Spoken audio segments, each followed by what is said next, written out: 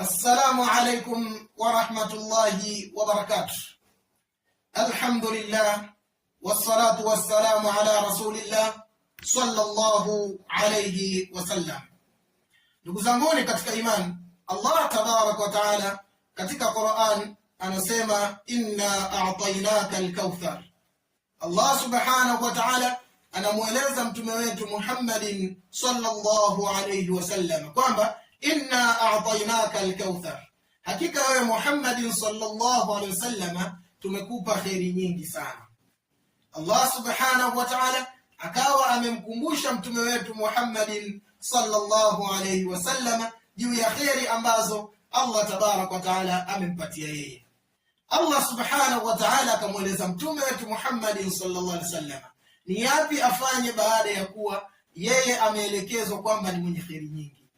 Mtume wetu Muhammadin sallallahu alayhi wasallam anaelezwa na Allah, fasalli li rabbika wanhar.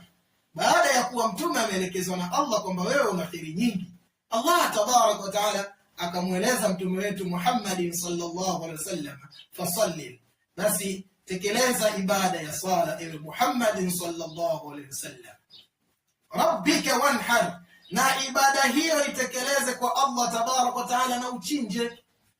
Allah tabarak wa taala akawa amemweleza mtume wetu Muhammadin sallallahu alaihi wasallam baada ya khairi nyingi ambazo alizoelezwa na Allah na alizopewa na Allah.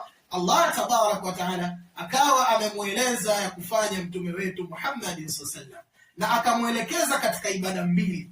Ibada ya kwanza, Allah tabarak wa taala akamwelekeza mtume wetu Muhammadin sallallahu alaihi wasallam kushikamana na ibada ya sala, ambayo swala hiyo ni vipindi vitano kwa siku, kwamba wewe baada ya kupewa khairi shikamana na sala.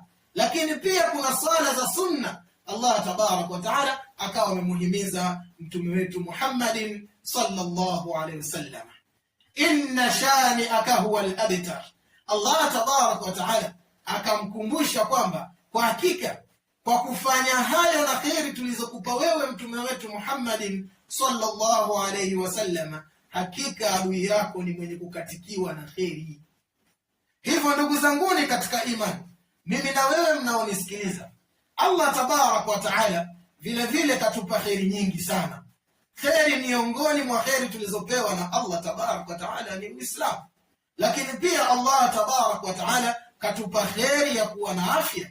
Allah tabarak wa taala katupa khairi ya kuwa na akili, akili ambayo mimi na wewe itatupaswa tuingie katika ibada ya swala, akili ambayo mimi na wewe itatufanya tujue dini ya Allah tabarak wa taala kisahihi. Hii ni khairi